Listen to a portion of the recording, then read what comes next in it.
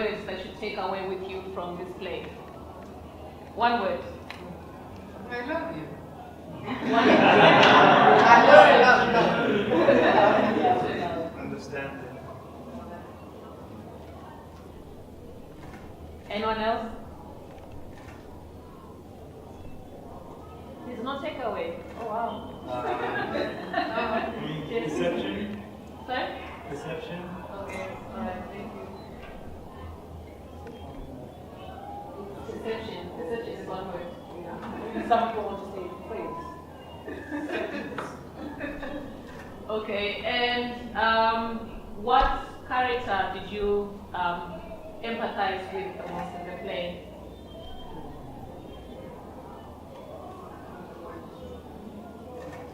George. Yeah, actually, yeah. George. Why George? Who cannot express himself. Yeah, for me, the pain of having this understanding and being unable to give it to the person to whom I most want to hear it. For me, it was Mary, was it? Emma. Emma, yeah. Because he's in love with someone and she can't, like, you're a female, you can't express that to the next person. So for me, it was just like, ah, that sucks.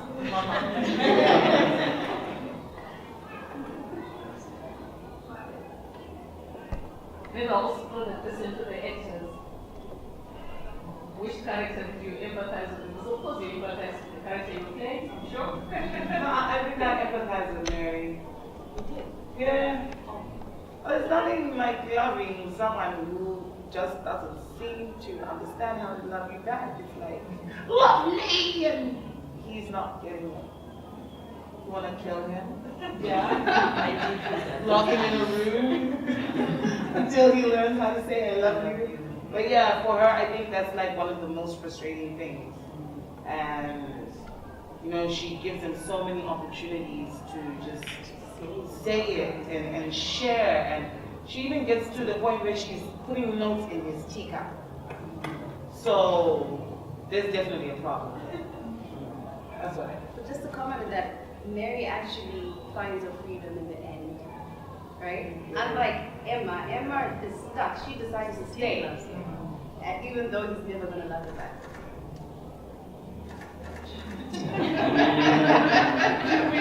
It's true. Even if I was his wife, I empathize with George more. Because I think he really wanted to say, I love you, but he just didn't know how to say it. He tried with all his vocabulary and jargon, he just tried to express that I love you. But maybe Mary just didn't understand that kind of language, the love language.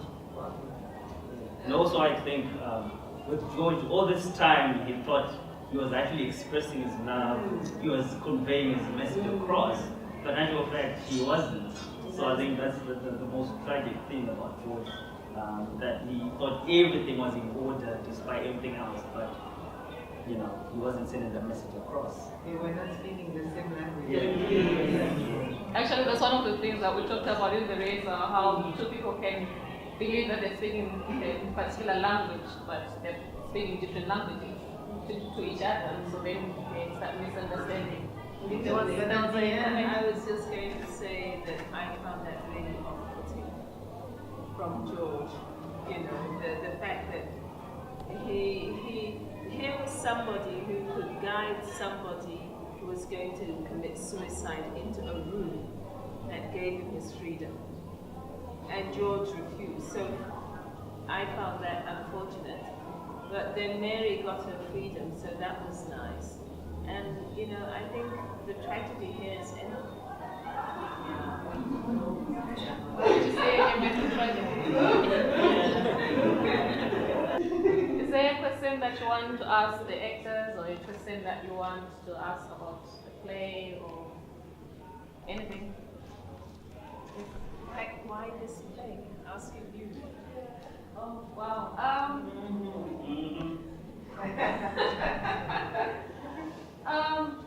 I think as a person who only speaks two languages, I also understand how easy it is to not understand each other.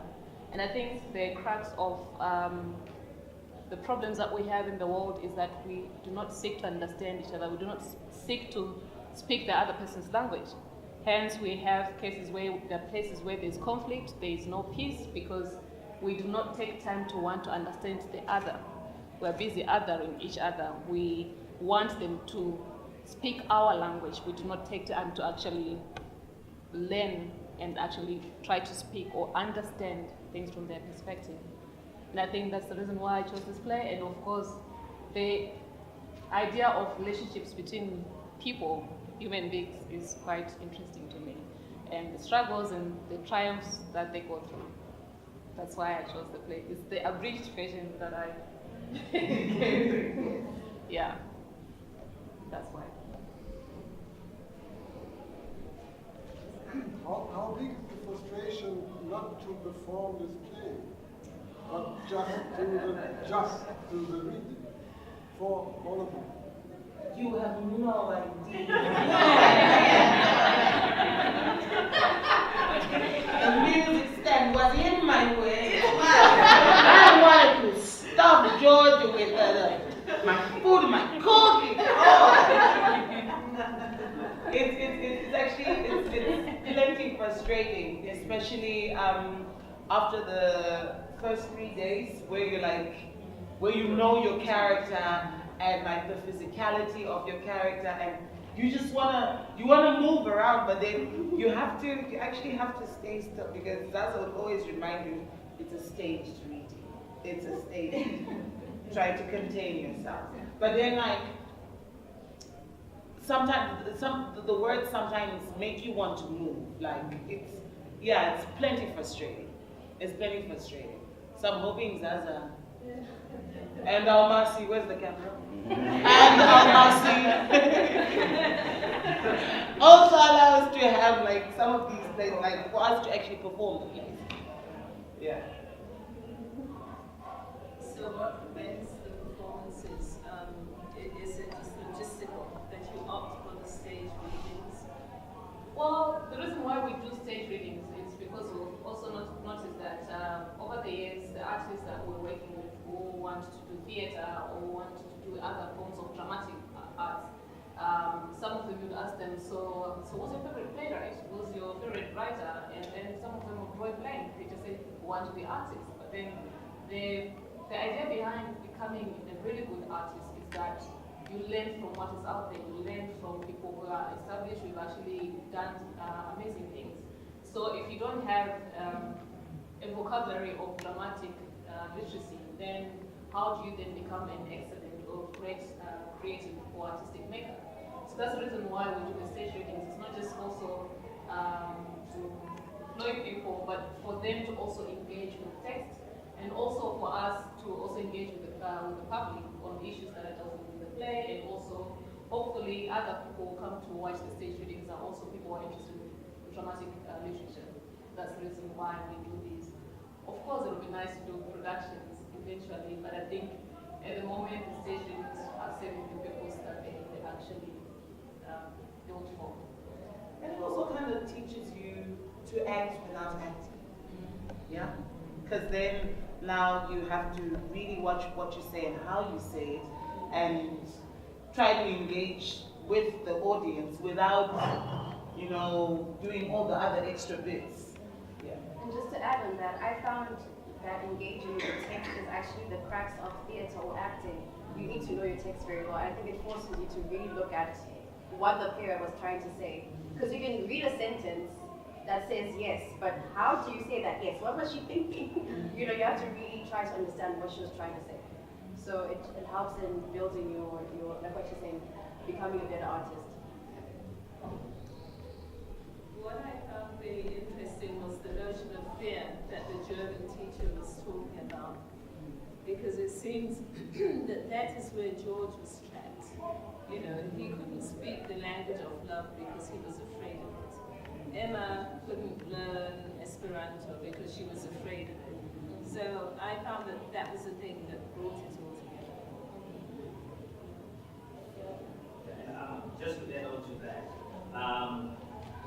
also it was, let's say, let's take it home.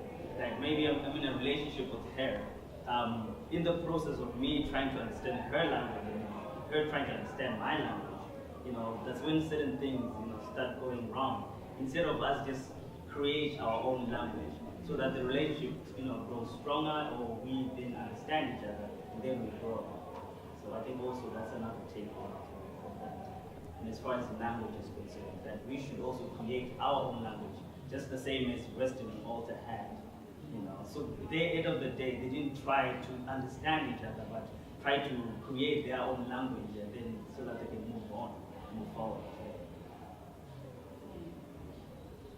Okay, if there are no more questions, thank you so much, ladies and gentlemen, for making time to be with us and sharing this evening with us.